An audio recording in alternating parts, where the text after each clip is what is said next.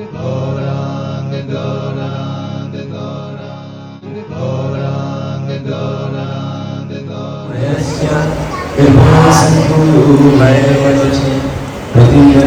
भावने भयो विष्णवे भयो नमो नमः। हरे कृष्ण।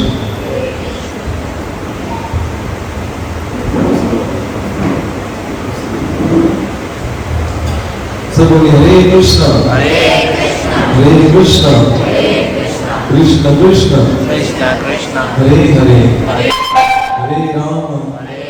हरे राम राम राम हरे हरे। तो गुरु महाराज श्री रामचंद्र ठाकुर जी, श्री भक्ति महाराज, श्री गोपाल जी, तो समस्त वैष्णव वृंद के चरण आश्रित होकर हम चैतन्य महाप्रभु के जो पार्षद हैं उनके जीवन चरित्र को श्रवण कर रहे थे और नरोत्तम दास ठाकुर जी महाराज के चरित्र को हम लास्ट टाइम जहां तक विराम दिया उसके आगे। और सबको स्मरण होगा कि किस प्रकार नरोत्तम दास ठाकुर जी महाराज ने 1 वर्ष तक अपनी गुरु महाराज लोकनाथ गोस्वामी जी की ऐसी सेवा की जो अपने आप में बहुत बड़ा उदाहरण है। तब कहीं जाके उनकी दीक्षा हुई और ये लोकनाथ गोस्वामी जी महाराज के इकलौते एक शिष्य हुए। अब इसके आगे दीक्षा तो नरोत्तम दास ठाकुर जी महाराज की हो गई। आगे लोकनाथ गोस्वामी जी महाराज ने नरोत्तम दास ठाकुर जी महाराज को जीव गोस्वामी के पास शास्त्रों की शिक्षा लेने के लिए उनके पास भेज दिया। क्या सबको मैंने ये शायद आपको याद हो, उस समय जीव गोस्वामी पाद ऐसे आचार्य थे जो रूप सनातन गोस्वामी के बाद उन्होंने इतने सारे ग्रंथों का लेखन किया और प्रचार में उनकी बहुत बड़ी भूमिका है। तो नरोत्तम दास ठाकुर जी महाराज की दीक्षा लोकनाथ गोस्वामी जी महाराज से होगी और शिक्षा फिर जीव गोस्वामी से प्राप्त करनी है। और इस प्रकार नरोत्तम दास ठाकुर जी महाराज का पूरा जो दिन था, आधा तो पूरा दिन तक इसमें चला जाता जीव गोस्वामी से शिक्षा लेने में, और बाकी का जो आधा दिन था वो लोकनाथ गोस्वामी जी की सेवा में। और लोकनाथ गोस्वामी जी महाराज की कोई ऐसी सेवा नहीं थी जिसको नरोत्तम दास जी महाराज न करते हैं। भोजन से लेकर उनके वस्त्रों का ध्यान रखना, ठाकुर जी के लिए बहुत। और जब लोकनाथ गोस्वामी जी महाराज को ग्रंथ श्रवण करने की इच्छा होती, उनको ग्रंथ सुनाना, रात्रि के समय जो लोकनाथ गोस्वामी महाराज जी विश्राम करके उनकी चरण सेवा करते। और पहले मैंने बताया कि नरोत्तम दास ठाकुर जी महाराज कौन थे, इतने बड़े राजा के बेटे। इसी वास्तव में बड़े बेटे की पहचान क्या है, हमें इन आचार्यों के चरित्र से बहुत कुछ सीखने को मिलता है। इतने बड़े राजा के पुत्र हैं और बहुत हायर क्वालिफाइड हैं, लेकिन उनके जीवन में हम्बलनेस देखो। और उसी सेवा के द्वारा हम क्या कर सकते हैं, गुरु और कृष्ण को प्रसन्न कर सकते हैं। इसलिए किसी कवि ने कहा, बड़ा हुआ तो क्या हुआ जैसे पेड़ खजूर। तो उस व्यक्ति को बड़प्पन का, उसकी बड़ाई का क्या लाभ, वो तो खजूर के झाड़ के जैसा है। बड़ा हुआ तो क्या हुआ जैसे पेड़ खजूर, पंथी को छांव भी न मिले और फल भी लगे अति दूर। खजूर का पेड़ देखा है कभी? ना देखा हो, डेजर्ट में होता है, दुबई से इतना ऊंचा झाड़ होता है कि उसकी छांव भी नीचे नहीं आती और उसके अंदर जो फल लगता है वो बहुत दूर। यानी कोई पत्थर अगर वहां से गुजर रहा हो तो दोनों का उसका लाभ नहीं मिल सकता। यानी ऐसे बड़प्पन का कोई लाभ नहीं जिसमें हम्बलनेस ना हो, विनम्रता ना हो। और वैष्णव जो होते हैं स्पिरिचुअल लाइफ में जो चलते हैं, उसके लिए तो ऐसे कहा गया है कि हम्बलनेस, विनम्रता उनका श्रृंगार है। जैसे पतिव्रता नारी बिना सिंदूर, बिना मंगलसूत्र के, इन चिन्हों के अधूरी है, ऐसी वैष्णव विनम्रता के बिना बिल्कुल कैसा है, वो अधूरा है। तो विनम्रता क्या है, वो वैष्णव का श्रृंगार है। जितना ठाकुर जी ने समाज में ऊपर उठाए, इतनी हमारे अंदर अवेयरनेस आनी चाहिए। तो ये हमारे आचार्यों के जीवन से श्रवण करने को मिलता है कि कहाँ नरोत्तम दास ठाकुर जी महाराज इतने राजा के पुत्र, इतने हायर क्वालिफाइड, और उनको गुरु करने के लिए भी क्या करनी पड़ी, एक साथ सेवा करनी पड़ी, और ऐसी निकृष्ट सेवा जो कोई कर नहीं सकता, और उसी सेवा के बल पर लोकनाथ गोस्वामी जी महाराज ने उनको दीक्षा प्रदान की। अब इस प्रकार से शिक्षा और दीक्षा दोनों की चलने देता। और नरोत्तम दास ठाकुर जी महाराज की एक विशेषता थी, क्योंकि याद रखना जो भक्ति के पथ पे आगे बढ़ते ना, तो दो चीजें होती हैं जिनका हमें ध्यान रखना पड़ता है। एक रस सिद्धांत या रस भाव, और दूसरा सिद्धांत के ऊपर। इन दोनों चीजों का ध्यान रखना पड़ता है। विषय कुछ थोड़े गंभीर हैं, जो वैष्णव हैं, जिन्हें दीक्षा ली है, उनके सुनना उनकी जरूरी है अगर भक्ति में आगे बढ़ना चाहते हैं। रस भाव अर्थात जैसे मैं कई लोगों को देखा होगा, उनको भक्ति करने का बहुत मन करता है, इच्छा भी होती है और करते भी है। आपने देखा होगा भक्तों को देख के माला भी उठा लेते हैं, भक्तों को देख के क्या करते हैं, माला भी शुरू कर देते हैं, तिलक भी लगा लेते हैं, कीर्तन भी करना आरंभ कर देते हैं, भगवान की सेवा भी करना आरंभ कर देते हैं। इन सब चीजों में होता है, और वृंदावन भी चले जाते हैं। ये हो गया क्या, भाव। और दूसरी चीज क्या है, दूसरा पक्ष, उस भाव के साथ सिद्धांत भी होना चाहिए कि क्या हमारे आचरण में सिखाया है, रूल रेगुलेशन, कब क्या करना चाहिए, कैसे करना चाहिए, ये भी होना चाहिए। तो नरोत्तम दास ठाकुर जी महाराज इस रस से, इस भाव से, इस उत्साह से तो भरे हुए थे, तभी तो वो खेतपुरी जिले से सीधा यहाँ पर वृंदावन में दीक्षा के लिए आए थे। और जीव गोस्वामी ने जब उनको शिक्षण किया तो वो पूरे वैष्णव सिद्धांतों को भी अच्छे से समझ गए, यानी पूरे सर्वगुण संपन्न थे। और इस प्रकार जीव गोस्वामी के अनुगत्य में ये तीन युवा, एक नरोत्तम दास ठाकुर जी महाराज, एक निवास आचार्य और किसी श्यामानंद गुरु, इन तीनों की शिक्षा और दीक्षा चल रही थी। पर बहुत समय व्यतीत होने के बाद जीव गोस्वामी को एक चिंता सताने लगी। क्या चिंता सताने लगी? क्योंकि उस समय श्री रूप गोस्वामी, सनातन गोस्वामी और जीव गोस्वामी ने जितने शास्त्रों का लेखन किया था, और उस समय से प्रिंटिंग प्रेस तो होती नहीं थी, एक एक ग्रंथ को ऐसे लिखना पड़ता था। अब जरा विचार करो, उस एक ग्रंथ को लिखने में कितना टाइम लगता होगा। तो एक एक आचार्य को उसकी स्टैंडर्ड के हिसाब से एक ग्रंथ दिया जाता था। इस प्रकार बहुत सारे शास्त्रों का लेखन हो चुका था। और उस समय चैतन्य महाप्रभु, नित्यानंद प्रभु तो अपनी लीला को अविराम देके निकल गए थे।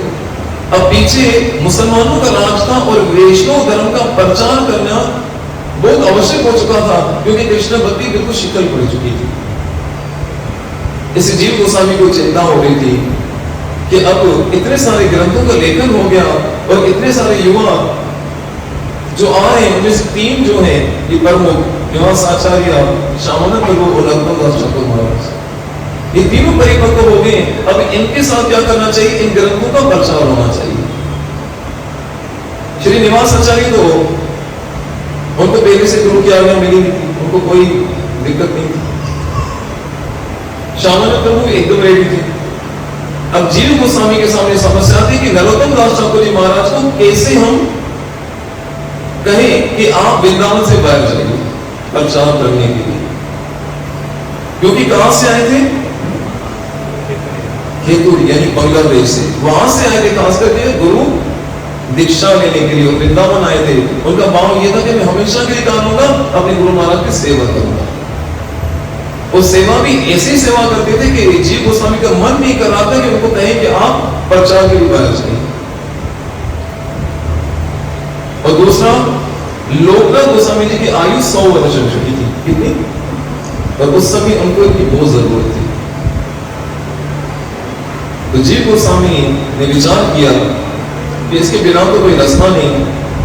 तो नरोत्तम दास जी की अनुपस्थिति में, उनकी एब्सेंस में कुछ बड़े जो आचार्य थे उस समय वृंदावन में, उन सबको लेकर जीव गोस्वामी कहां चले गए, सीधा लोकनाथ गोस्वामी जी के पास। लोकनाथ गोस्वामी जी अपनी कुटिया में भजन कर रहे थे। ये आज में वृंदावन में देखते हैं ना, ये श्री श्री राधा गोकुलानंद मंदिर जो, तो उस समय सारा कुंज था और यहीं पे लोकनाथ गोस्वामी क्या करते थे, भजन वगैरह किया करते थे। तो जीव गोस्वामी उन सारे श्रेष्ठ जो वैष्णव थे उनके साथ वहां पर पहुंचे और लोकनाथ गोस्वामी से प्रार्थना की। लोकनाथ गोस्वामी इतने सारे वैष्णव को एक साथ अपनी कुटिया में आता देखकर बड़े प्रसन्न हुए कि आज इतने सारे वैष्णव मेरी कुटिया के अंदर। तो उस समय जीव गोस्वामी ने प्रार्थना की कि हम आपसे कुछ भिक्षा मांगते हैं। लोकनाथ गोस्वामी जी ने कहा कि क्या कह रहे हो जीव, आप मुझसे भिक्षा लेने आए हो, मेरे पास है क्या? जीव गोस्वामी ने कहा कि हमें भिक्षा में आपका प्रिय नरोत्तम चाहिए।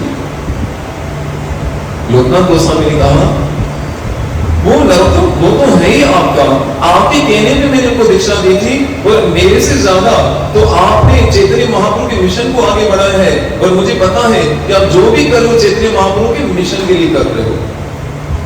और मेरा सौभाग्य है कि मेरा शिष्य नरोत्तम क्या करेगा, आपकी सेवा में ये सहयोग देगा। जीव गोस्वामी तो बड़े हैरान हो गए कि लोकनाथ गोस्वामी की आयु 100 वर्ष हो चुकी है, हो सकता है कि ये कहीं कि नहीं इस आयु में तुम्हें इनकी जरूरत है, अब इनको अपने से दूर कैसे करूं? परंतु जो आचार्य होते हैं ना, कहते वैष्णव पर दुख दुखी। एक वैष्णव क्या है, वो दूसरों के दुख को देख के दुखी होता है। और सबसे बड़ा दुख क्या है कि 84 लाख जन्मों में भटकते भटकते हम अभी भी कृष्ण भक्ति से, कृष्ण से विमुख हैं। और ये दुख एक वैष्णव ही समझ सकता है। इसलिए आचार्य क्या करते हैं, कैसे भी करिए लोगों को कृष्ण भक्ति की तरफ बुलाते हैं। जैसे लोकनाथ गोस्वामी 100 वर्ष की आयु में भी जरा सा भी इनको फील नहीं कराया कि मेरी एज इतनी हो गई है तो मैं अपने शिष्य को आपके हवाले कैसे करूं। और इतनी देर में नरोत्तम दास ठाकुर जी महाराज भी वहां पर आ गए। जैसे नरोत्तम दास ठाकुर जी महाराज आए, लोकनाथ गोस्वामी जी महाराज ने नरोत्तम का हाथ पकड़ के जीव गोस्वामी के हाथ में दे दिया, लो आज से नरोत्तम आपका हुआ। उस समय तो नरोत्तम दास ठाकुर जी को मालूम ही नहीं कि क्या हो रहा है। तब उनको लोकनाथ गोस्वामी ने कहा कि आपको इस चैतन्य महाप्रभु के मिशन को, इस कृष्ण भक्ति को, उन धर्म ग्रंथों का प्रचार करने के लिए आपको वृंदावन छोड़ना पड़ेगा। अब ये नरोत्तम दास ठाकुर जी बांग्लादेश से पैदल चल के इतने राजपाट को छोड़ के यहाँ पे आए थे। जब उन्होंने सुना कि मुझे अपने गुरु से दूर होना पड़ेगा, मुझे वृंदावन से बाहर जाना पड़ेगा, सपने में भी नहीं सोच सकते थे। बड़े व्याकुल हो गए, इसलिए नहीं कि ब्रज छोड़ना पड़ेगा, इसलिए कि अपने गुरु से दूर होना पड़ेगा। तो बड़े व्यतीत हो रहे थे कि आंसू नहीं रुक रहे थे। तो लोकनाथ गोस्वामी ने को कहा, पुत्र तुम इतने विहल मत हो कि तुम चैतन्य महाप्रभु के कार्य करने के लिए जा रहे हो, तुम्हें तो प्रसन्न होना चाहिए। और लोकनाथ गोस्वामी ने कहा अगर मेरे शरीर में शक्ति होती तो मैं स्वयं तुम्हारे साथ प्रचार करने चलता। अब मेरी आयु 100 वर्ष हो गई है, मुझसे तो बन नहीं पाया, और मेरी इच्छा है कि तुम जाओ। तो इस प्रकार नरोत्तम दास जी महाराज ने अपने गुरु की आज्ञा को शिरोधार्य किया और तीनों आचार्यों को जब विदाई होने लगी तो उस समय गुरु और शिष्य की जो वियोग है वो इस जो ब्रज के रसिकाचार्य ग्रंथ में है उसमें वर्णन है, जो शब्दों में इसको वर्णन नहीं किया जा सकता। शिष्य हो सकता है गुरु से अलग होके बड़ा दुखी हो, लेकिन ऐसा शिष्य उससे अलग हो रहा है कि लोकनाथ गोस्वामी को वियोग उनसे सहन नहीं हो रहा था। और उस समय पर क्या किया गया, 4 बड़े बड़े संदूक समझते हैं, ये बड़े बड़े ब्रिटिश के सोते जो पहले जमाने में लकड़ी के, इतने 4 बड़े बड़े संदूक जिसमें इतने सारे ग्रंथ भरे गए। अब विचार करो कितने ज्यादा ग्रंथ होंगे। और बैलगाड़ियों में उनको लादा गया, उनकी परिक्रमा की गई, उनकी आरती उतारी गई और तीनों आचार्यों को यहाँ से विदाई की।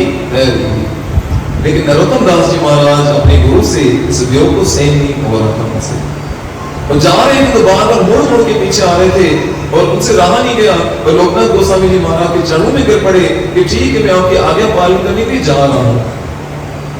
अब विचित्र देखिए यहाँ पर कि गुरु भी रो रहा है, शिष्य भी रो रहा है। तो मैं जा तो रहा हूं, लेकिन इतनी तो आज्ञा मुझे दीजिए कि कम से कम 1 वर्ष में आकर मैं आपके दर्शन कर जाया करूं, साल में 1 बार, इतना खाली दर्शन कर लीजिए। लोकनाथ गोस्वामी जी महाराज ने कहा, वत्स अब ये अवसर पुनः वापस नहीं आएगा। नर्मदा जी समझ गए कि अब मुझे वापस अपने गुरु के दर्शन होने वाले नहीं है, ये मेरे अंतिम के दर्शन है। तो कहा ठीक है, फिर मुझे अपने जीवन का आधार के लिए कोई अपना ऐसा चिन्ह तो दीजिए। तो जिस प्रकार भगवान श्री राम ने भरत को अपनी पादुकाएं दी, इसी प्रकार लोकनाथ गोस्वामी ने अपनी पादुकाएं नरोत्तम दास ठाकुर जी महाराज को दी। और इस प्रकार ये तीनों निवास आचार्य श्यामानंद और नरोत्तम, ये निवास आचार्य नरोत्तम ठाकुर और श्यामानंद रूप, ये तीनों उन ग्रंथों को लेकर निकले हैं। लेकिन उस समय नरोत्तम दास जी की जुदाई में लोकनाथ गोस्वामी ज्यादा समय तक अपना शरीर नहीं रखता। ये होता है गुरु और शिष्य का प्रेम। अच्छा एक प्रश्न पूछो, ऐसे में थोड़ा मंथन करना तो मेरे माइंड में आया। हम जी प्रणाम करते हैं, हे कृष्ण करुणा सिंधु दीनबंधु जगत पति, यानी कृष्ण क्या है? हमारे आत्मा के पति, हमारे पति। तो गुरु हमारे क्या है?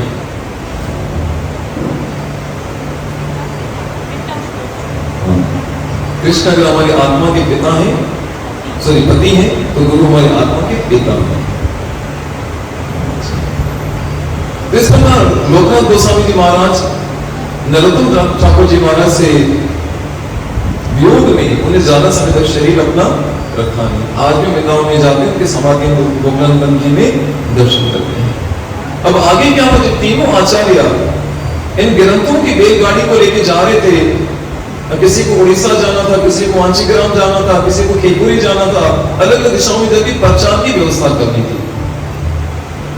ये आज हम पूरे विश्व में देख रहे हैं, हरे कृष्ण मूवमेंट इतना तेजी से फैली है, इसके पीछे इन आचार्यों का इतना बड़ा सेक्रीफाइस है। जितने राजपाट को छोड़ के उस ब्रज की पवित्र भूमि को छोड़कर हम जैसे पतित जीवों को लेकर क्या है, ये हरिनाम लेकर आए। अगर श्रील प्रभुपाद अमेरिका ना जाते, भक्तिपाज नहीं होते, और भक्तिपाज नहीं होते तो बापूजी नहीं होते, और बापूजी नहीं होते तो उल्लासनगर। इसलिए पहले भी लास्ट जो सत्संग उसमें मैंने आपसे ये निवेदन किया था कि पहले जब लोग वृंदावन जाते तो उन ठाकुरों के दर्शन करने नहीं जाते थे, उन आचार्यों के दर्शन करने जाते थे। इस एक वैष्णव की क्या महिमा होती है, उसको भी समझना चाहिए जीवन में। एक तीर्थ में स्नान करने जाते हैं तो मात्र एक तीर्थ में स्नान करने का पुण्य मिलता है, लेकिन एक आचार्य, एक वैष्णव, एक गुरु जो परंपरागत हो, उनके दर्शन करने से समस्त तीर्थों का पुण्य मिल जाता है। तो दूसरा लाभ क्या है कि किसी तीर्थ में जाते हैं तो हो सकता है जो पाप किए हैं उस तीर्थ में स्नान करने से सारे पाप नष्ट हो जाए, पर हमारा स्वभाव नष्ट नहीं होता। स्वभाव तो वही तो वही। परंतु गुरु महाराज में ऐसे तीर्थ होते हैं, वैष्णव ऐसे तीर्थ होते हैं जिनके दर्शन करने मात्र से सारे तीर्थों का पुण्य मिल जाता है, पर हमारा स्वभाव भी क्या हो जाता है, वो परिवर्तित हो जाता है। इसे याद रखना, जिस समाज के अंदर, जिस कुल के अंदर, जिस शहर के अंदर कोई वैष्णव हो, कोई आचार्य हो, जिनके कारण इतने सारे जो बद्ध जीव कृष्णबद्ध बने हो, तो वो साधारण रीति नहीं हो सकती। थोड़ा सा इमेजिन करो, आज हम ये श्री राधा रामचंद्र के दर्शन करने जाते हैं तो किन की वजह से? मान लो खाली मंदिर रोड, बापू जी कोई जाए वहां पे मंदिर तो रोड भी इतने सारे करने। एक आचार्य क्या कर सकता है कि जो 84 लाख जन्मों से जो हमारा भाव पूरा क्या है, विमुख है कृष्ण से, उसको भी क्या करते हैं, कृष्ण की तरफ मोड़ने की शक्ति होती है। बहुत बड़ा चमत्कार है और बहुत भाग्यशाली है, बहुत भाग्यशाली है कि हमें अपने जीवन में ऐसे ऐसे वैष्णव का सानिध्य प्राप्त हुआ। तभी आज हमारे माथे में तिलक है, आज हमारे हाथ में जपा है, आज हमारे कंठ में माला है। और कोई देखता है तो सीधा नाम क्या लेता है, ये हरे कृष्ण वाले। फिर वैष्णव की कृपा से, अगर ये वैष्णव ना होते तो ये संसार तो पूरी तरह जल मरता, इच्छाओं में, द्वेष में, ईर्ष्या में। इसलिए कहते हैं कि जब भी ऐसा वैष्णव या गुरु मिले तुरंत उनको प्रणाम करो, क्योंकि सारे तीर्थों का पुण्य आपको एक साथ मिल रहा है। सब हरे कृष्ण हरे कृष्ण।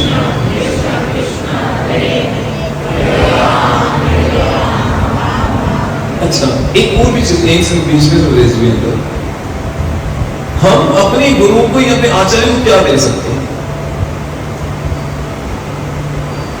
ज्यादा से ज्यादा गाड़ी, घर, बनना और कुछ बस ये। लेकिन कभी जरा विचार करो उन्होंने हमें क्या दिया। उन्होंने हमें जो ये कृष्ण नाम, और ये कृष्ण नाम क्या करता है, जन्म मरण के चक्कर से भी छुड़ा देता है। ये इतना बड़ा धन है जिससे कृष्ण को भी खरीद सकते हैं।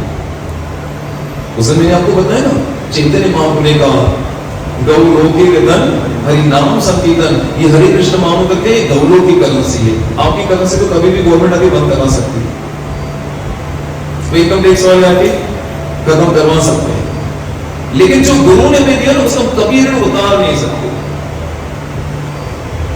तो इस प्रकार ये तीनों आचार्य इसी प्रचार के लिए जीवों के दुखों को दूर करने को कृष्ण भक्ति में लगाने के लिए वहां से निकले हैं। लेकिन विडंबना क्या होगी, तीनों ही युवा उन बैलगाड़ियों पे उन शास्त्रों के बॉक्सेस को लेकर जा रहे थे, तो रास्ते में एक जगह पे उनको जंगल में क्यों रुकना पड़ा, रात्रि का समय। रात्रि के समय में कुछ डाकुओं ने उनको अटैक कर दिया और उन्होंने समझा कि इन जो बड़ी बड़ी संदूक है ना, इनके अंदर कोई लगता है हीरे मोती का खजाना पड़ा हुआ है, और उन सारे ग्रंथों के बॉक्सेस को वो वहां से चोरी करके ले गए। अब जब नवास आचार्य नरोत्तम दास ठाकुर जी महाराज वो श्यामानंद प्रभु कि उस समय क्या दिशा होगी, आप जरा विचार तो कीजिए। ये तो ऐसा है जो खरबपति व्यक्ति हो उसको सब कुछ उसे लूट लिया गया हो, या तो उसे शरीर में कपड़े भी ना छोड़े, रोड पे आ गया। अब उनकी हालत ऐसी हुई कि करें तो क्या करें, कुछ रास्ता नहीं दिखाई दे रहा था। अब तीनों की हालत ऐसी हो गई, तो उस समय निवास आचार्य ने नरोत्तम दास ठाकुर और श्यामानंद प्रभु इन दोनों को कहा कि आप लोग जाइए, आप केकुरी जिले में जाइए, आप वांचिकरा में जाइए, वहां प्रचार कीजिए। मैं तब तक अन्न जल ग्रहण नहीं करूंगा जब तक ग्रंथ मुझे वापस नहीं मिल जाते।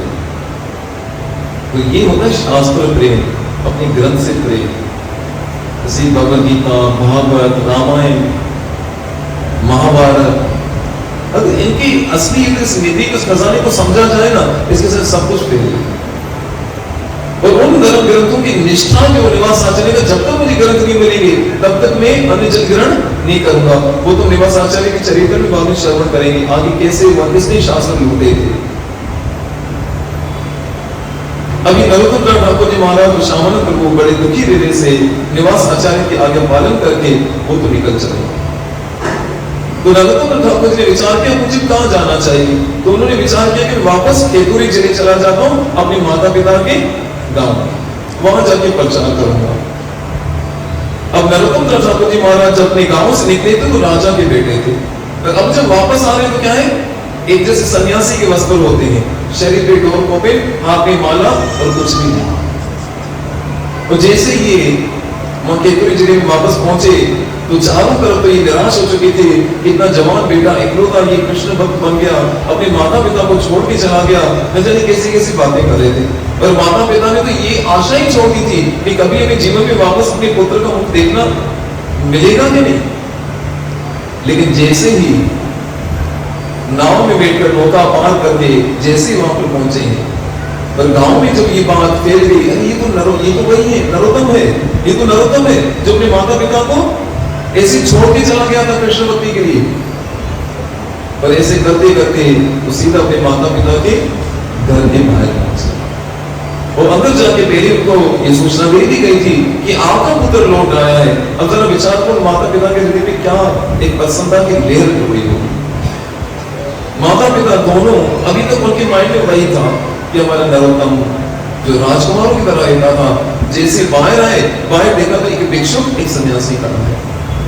अब तो नरोत्तम दास ठाकुर जी महाराज के माता पिता को इतने बेर हो गए कि आंसू नहीं रुक रहे थे और बड़ी देर से तो उनको देखते रहे, तब तो उनको अंदर चलने को कहा। लेकिन नरोत्तम दास ठाकुर जी महाराज ने उसे प्रणाम किया कि पिताजी, मैंने अपने गुरु महाराज को वचन दिया है कि कोई भोग ईश्वर वाली जीवन नहीं जीऊंगा, बस आप मुझे इतना आशीर्वाद दीजिए कि मैं अंत तक अपने गुरु महाराज को दिया हुआ वचन पूरी तरह से पाल सकूं। मैं अपने घर, आपके घर के अंदर तो नहीं चलूंगा, पर यहाँ पर ठाकुर बाड़ी है यानी आश्रम या मंदिर है, वहीं पे रहूंगा, मैं भजन करूंगा, साधना करूंगा और दिन में एक बार आपके पास प्रणाम करने आया करूंगा। माता पिता ने उस समय उसके आगे कुछ कह नहीं पाए। और इस प्रकार नरोत्तम दास ठाकुर जी महाराज वहीं केतुरी जिले में बांग्लादेश में रहकर वहां भजन कर रहे हैं। तो दिन में एक बार अपने माता पिता के पास जाते, पर मन में हमेशा चिंता चलती रहती कि इतने सारे ग्रंथ चोरी हो गए, निवास आचार्य की न जाने क्या हालत हुई होगी, मैं क्या करूं, कैसे करूं। तो कई दिन के बाद मुझे एक पत्र मिला, और वो लेटर मिला, उनको पता चला कि जितने ग्रंथ जो चोरी हो गए थे वो वापस मिल गए। अभी कैसे मिले ना कि निवास आचार्य के चरित्र को श्रवण को हैरान हो जाओगे, ऐसा नहीं हो सकता है। तो उस दिन वो इतना पसंद है, इतना खुश हुए, उनके पिताजी के पास वो राजाओं में से ईश्वरी था। तो 5 दिन का बहुत बड़ा उत्सव रखा, क्या मिलने की खुशी में, वो ग्रंथ वापस मिले। ग्रंथ आपके घर में भगवद गीता है, महाभारत है, महादेव रामायण है, जितने बड़े धर्म ग्रंथ हैं, भक्ति रस अमृत सिंधु में तो उन खाली शास्त्रों को पढ़ो बोले नहीं, खाली साफ सुथरा करके संभाल के सजा के रखो ना, उनके दर्शन करने की इतनी महिमा बताई गई है कि कवियों को कोड करके बताओ उसमें से। और पहले के लोग घर में क्या करते, शोकेस में ऐसे कप होते ना, डिजाइन वाले कप होते थे, ऐसे कुछ ट्रॉफियां रखते थे, कुछ मोरल दारू की बोतलें रखते थे, ब्रांड ब्रांड अलग। वैष्णव को ये होना चाहिए, उनके घर पे ऐसा होना जहां पर ये क्या होना चाहिए, ऐसे धर्म ग्रंथ सजे सजाए रखने होने चाहिए। वो देखने से क्या याद आता है, तो पहले भी कहा था कि एक तो वैष्णव कृपा होगी, कृष्ण कृपा होगी, ग्रंथ की भी कृपा होगी। तो इस प्रकार नरोत्तम दास ठाकुर जी महाराज ने उन ग्रंथों की प्राप्ति की सूचना सुनकर 5 दिन का बहुत भव्य उत्सव मनाया, बहुत प्रसन्न हुए। और कितना ही समय तो वहां पर केतुरी जिले में भजन करते, प्रचार करते। अब उनके मन में इच्छा हुई कि अब मैं क्या करूं, उन चैतन्य महाप्रभु की उन पावन स्थलियों को, कहां पर, नवदीप यानी कि मायापुर। कितने लोग मायापुर गए वापस में अपने से?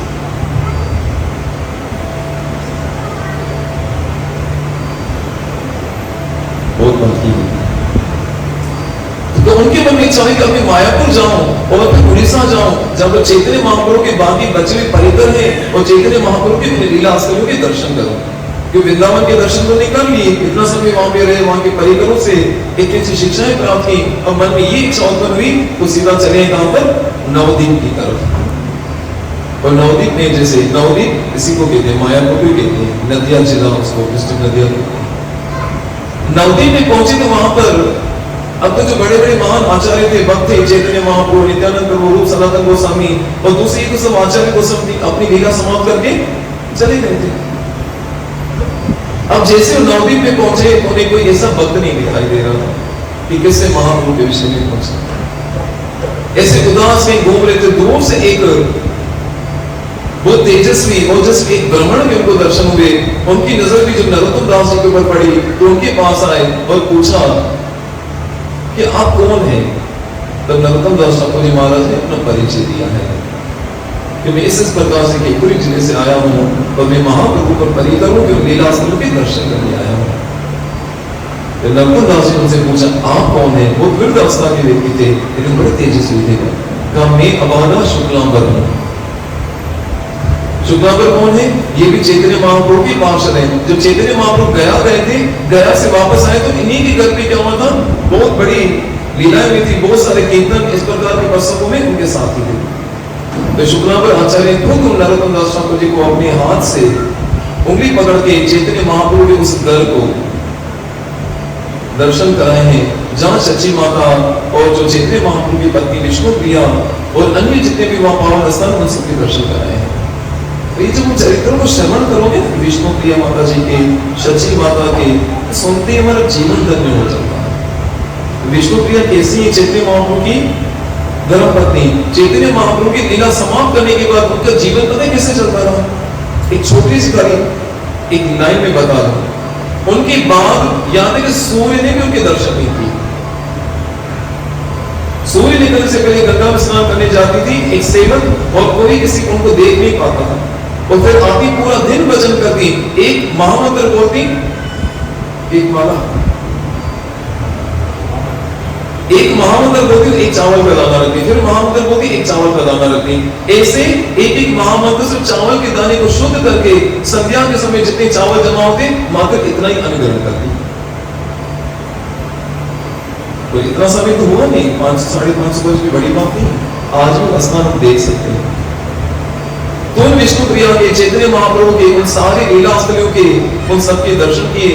सच्ची माता और अन्य भी जो बच्चे थे, बाकी जो भक्त थे चैतन्य महाप्रभु, उनके दर्शन में फिर उनके मन में इच्छा हुई अब मुझे कहां जाना चाहिए, उड़ीसा जाना चाहिए, नीलाचल। क्योंकि मायापुर में भी चैतन्य महाप्रभु लीलाएं की और जगन्नाथपुरी में भी चैतन्य महाप्रभु की लीलाएं की है। अब ऐसे समझो फ्री में मायापुर घूम रहे होगे। और मैंने नोट किया है, जब वृंदावन जाते हो ना तो इतनी भागम दौड़ी होती है कि पता ही नहीं चलता, चलो चलो दर्शन करने, अभी रुको तो सही, इतना खर्चा बढ़ा करके है। मैं तो आश्रम में भी देखता हूँ ठाकुर जी सुबह से 7 बजे तैयार रहते हैं, लेकिन लोग देखने आते हैं, दर्शन करने नहीं आते।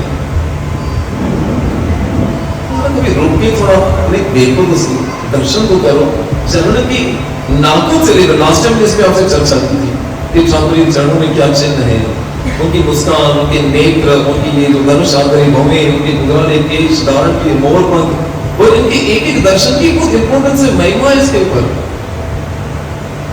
खाली एक ठाकुर जी के हम जो दर्शन करने ना भाव से, कहते पूरे तीर्थों में स्नान करने जितना पुण्य मिलता है, सारे तीर्थ आपने कर लिए। और ठाकुर जी को भाव से जब प्रणाम करते हैं, कहते उस धरती पे जो मट्टी के कण होते हैं ना, जो भी दिखाई भी नहीं देते, जो हमारे शरीर से जितने कण चिपकते हैं, इतने सारे यज्ञों का पुण्य मिल जाता है खाली प्रणाम करने से। लोग तो प्रणाम करने भी ना झिझकते। मैंने नोट किया, पहले लोग चरण छूते थे, फिर बाद में चरण से थोड़ा ऊपर आए, घुटना छूने लगे, अभी घुटना भी गया, अब दूर से तो वही फार्मूला हम या ठाकुर जी के पास अप्लाई करते हैं। सारा दिन दुनिया का बोल उठाते रहेंगे, इससे माता बची, उससे माता बची, ये माता बची कर करके बस सर भारी हो जाता है। उसको हल्का करने के ठाकुर जी से झुकाओ तो देखो आपको कितना हल्का फील होता है जीवन। लेकिन झुके तो, और एक वैष्णव को मिनिमम 3 बार तो कम से कम क्या करना चाहिए, गुरु और कृष्ण को 3 बार तो मिनिमम 3 बार प्रणाम करना चाहिए। रघुनाथ दास जी कौन थे? रघुनाथ दास जी, रघुनाथ दास जी 1000 बार ठाकुर जी को प्रणाम करते थे, 2000 बार वैष्णव को प्रणाम करते थे। सोचो, हमें इनसे सीखना, हम क्या भक्ति करते हैं। 16 मालाओं की भूमि आदि तो समाधि में होते हैं, बाकी बीच में कितने काम करते हैं। इस भजन में बहुत बड़ी है, हमें आगे इसका रस का जो ना अनुभव नहीं हुआ। जिस दिन इस महामंत्र के रस का अनुभव हो गया ना, फिर आपको हर चीज फीकी लगने लगेगी, फिर कहीं और मजा ढूंढोगे नहीं। इस प्रकार फिर उड़ीसा में आए और जगन्नाथपुरी में जो चैतन्य महाप्रभु के दिव्य स्थान है, जैसे उदाहरण के तौर पे हरिदास जी ठाकुर जी महाराज का चरित्र हमने श्रवण किया, उनकी समाधि सिद्ध बकुल जहाँ पे उन्हें भजन किया, उनकी माला चैतन्य महाप्रभु जहाँ गंभीरा में रहे उस जगह को, और जो जो वहां पे दिव्य स्थान जहाँ चैतन्य महाप्रभु उंगलियों के निशान है, और एक ऐसा गड्ढा है जहाँ पर चैतन्य महाप्रभु कृष्ण प्रेम में विरह को एक तीव्र भाव में पहुंच जाते हैं, उनके आंसुओं से वो गड्ढा पूरा भर जाता था उस आंसुओं से। जहाँ चैतन्य महाप्रभु चरण चिन्ह उन सारे स्थानों के नरोत्तम दास ठाकुर जी महाराज ने वहां पे दर्शन किए। और इस प्रकार नरोत्तम दास ठाकुर जी महाराज यहाँ से नवदीप और जगन्नाथपुरी से इन सारी लीलास्थलियों के दर्शन करके, उन पार्षदों के दर्शन करके पुनः वापस केतुरी में लौट आए। सब बोलिए हरे कृष्णा हरे कृष्णा कृष्णा कृष्णा हरे हरे हरे राम। और वहीं पर चैतन्य महाप्रभु को स्वरूप दामोदर प्रभु जो भागवत सुनाया करते थे, और भागवत की पोथी कैसी थी, इनके सारे अक्षर भूल चुके थे, क्योंकि चैतन्य महाप्रभु जिस भागवत को श्रवण करते थे ना, श्रवण करने के लिए तरीका होता है, विधि होती है। हम इस कान से सुनते हैं, इस कान से निकाल देते हैं। महाप्रभु जब भागवत को सुनते थे, उनकी आंखों से इतने आंसू निकलते थे, तो उन आंसुओं से भागवत पूरी क्या होगी, उनके अक्षर को बोलते थे। उस भागवत के अपने दर्शन किए। और इस प्रकार इन सबकी समर्थियों को लेकर वापस केतुरी लौट आए। और अब तो चैतन्य महाप्रभु के परिकरों के लीलास्थल के दर्शन करने के बाद उनके भाव में और वृद्धि होगी। और नरोत्तम दास ठाकुर जी महाराज का कंठ था ना, बड़ा सुरीला था, और जब गाँव में आकर वो कीर्तन करते थे, और कीर्तन की भी अलग अलग परिपाटी होती है। आज भी अब नवदीप जाओगे, जैसे यहाँ पर राग होते हैं, अलग अलग राग में भजन गाए जाते हैं, ऐसी कीर्तन की भी अलग अलग परिपाटी होती है। जैसे नरोत्तम दास स्वामी महाराज कि आज भी जो उनके परिकर उनके शिष्य जिस वे में कीर्तन गाते हैं उसको ज्ञान वाटी कहते हैं, ऐसा कुछ नाम है, उसी में गाते हैं। उसमें इतना भाव हो जाते हैं कि आज भी उसी भाव में कीर्तन किया जाता है। और जब कीर्तन करते थे नरोत्तम ठाकुर जी महाराज उस अपने शरीर के भाव से बिल्कुल बाहर आ जाते थे। सब बोलिए हरे कृष्णा हरे कृष्णा कृष्णा कृष्णा हरे हरे राम हरे राम। और नरोत्तम ठाकुर जी महाराज ने पूरा जीवन उसी शैली में कीर्तन किया। आपने श्रील प्रभुपाद का कीर्तन सुना है कभी? महामंडल का कैसा होता है? सिंपल करताल, सिंपल ट्यून, लेकिन सिंपल करताल और सिंपल ट्यून से पूरी दुनिया को पागल कर दिया श्रील प्रभुपाद जी। ऐसा क्यों? हम तो इतना सुर में गाते फिर भी कुछ होता नहीं, खुद ही नहीं सुनते, दूसरे का सुन। क्योंकि जो कीर्तन हम करते हैं, जितना हमारी अपनी साधना, अपना अंतःकरण जितना शुद्ध होगा, इतना दूसरों की कीर्तन का प्रभाव होगा। मैं यही भी कथा को आज हम लोग कुछ दो चार पंक्तियों के साथ इसके आगे की लीला को आगे श्रवण करेंगे। बहुत अद्भुत लीलाएं हैं। अब कई लोग होते हैं ये कथा तो बिल्कुल हमारे ऊपर से जा रही है, क्योंकि चैतन्य महाप्रभु के पार्षदों की है, यहाँ कटी कटी गोलियां तो खिलाई नहीं जा रही। लेकिन जरा विचार करो, ये सब तुलसीदास जी ने कहा है, छल कपट मोए छिद्र न भावा, निर्मल मन जन सोई मोए पावा। ये मनुष्य जीवन में मिला है किसके लिए? कृष्ण प्राप्ति के लिए। पर उसमें कृष्ण प्राप्ति के लिए मिला है, लेकिन मन के अंदर क्या भरा पड़ा है? अनेकों अनर्थ भरे पड़े हैं, कलेश भरे पड़े, ईर्षा बड़ी पड़ी, द्वेष भरा पड़ा है, मन ने क्या क्या ऐसी इच्छाएं भरी पड़ी है, उसके कारण कृष्ण नाम टिकता नहीं। इसे याद करवाना पड़ता है। सब हरे कृष्ण हरे कृष्ण।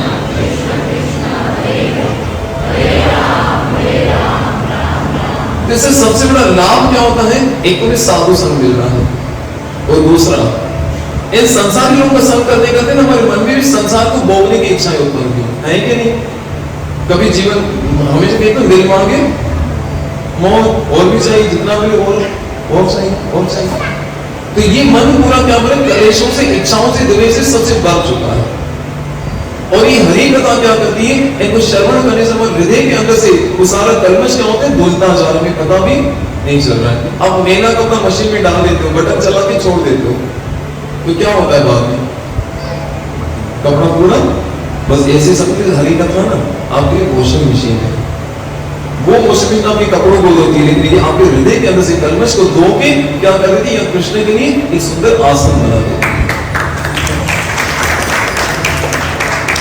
भले कुछ मिले ना मिले, लेकिन अभी पता भी नहीं हमारे हृदय में। ये मैं इन बच्चों को अभी देखता हूँ, कोई पिक्चर आती है, कोई सॉन्ग अभी नया सॉन्ग बहुत फेमस हो गया, कौन है क्या? एक कवाली जो फेमस हुई है, हाँ बोलो। अच्छा, तुम बच्चों को पता भी नहीं गा क्या रहे हैं, इन गानों के जरिए, पिक्चरों के जरिए पता भी नहीं कोई जो हमारे धर्म के विरुद्ध है ना, उन लोगों की इमेज भरी जा रही है। एक नया फेमस विद्या क्या है बता, ये नहीं बता रही क्या है, जरूर तो रहेंगे, यही अपने ग्रुप में सुन रहे हैं। अच्छा, फिर मैंने कैसे मीनिंग तो देखो, पता चल पूरी कवाली किसी दूसरे धर्म के। अरे हमारे धर्म में माता मीरा के भजन है, इतने आचार्य अभी बच्चे गा रहे थे, डोले डोले डोरा चल, कितना सुंदर लग रहा था। वो न जाने सुन के पीछा भी हम भी तो गाए, हम भी सीखे। अरे मूर्ख, तुम क्या कर रहे हो? अपने पूरे दिमाग को खराब कर रहे हो। और ये हरी कथा मुझे सुनने को अच्छी नहीं लगती, समझो अभी तो बीमार है। क्योंकि याद रखो, जब इसको ज्वाइंटस हो जाता है ना, तो उसको क्या होता है? मीठी चीज भी कड़वी लगती है। इसलिए जब हरी कथा में मन नहीं लगे, समझो बीमार है, पर बीमार को जबरदस्ती दवाई पिलाई जाती है। इसलिए आपका मन नहीं करे इसी कथा श्रवण करने को, तो भी सुनो, आपकी बीमारी क्या हो रही? साफ हो रही है। चेतो दर्पण मार्जनम वो महाभावाग्नि निर्वाण। तो ये हरि कथा हमारे मन को निर्मल बनाती है। वो संत तुलसीदास जी ने कहा है, छल कपट मोहे छिद्र न भावा, निर्मल मन जन सोई मोहे पावा। कि जिनका हृदय पूरी तरह से साफ हो चुका है वही कृष्ण को प्राप्त कर सकता है। आप सबका बहुत बहुत धन्यवाद। ऐसे आचार्य के जीवन चरित्र में आगे बहुत सुंदर लीलाएं हैं, उनको श्रवण करेंगे। आइए अभी थोड़ी देर पहले आया जब स्टार्टिंग में बहुत सुंदर कीर्तन होता है, डोली डोली गोरा चंद्र। ये चैतन्य महाप्रभु जब पहली बार वृंदावन आए थे उस समय इस मध्य में गाया जाता है कि चैतन्य महाप्रभु किस प्रकार किस भाव में कीर्तन कर रहे थे। आइए इसी कीर्तन को करते हुए आज के सत्संग को आगे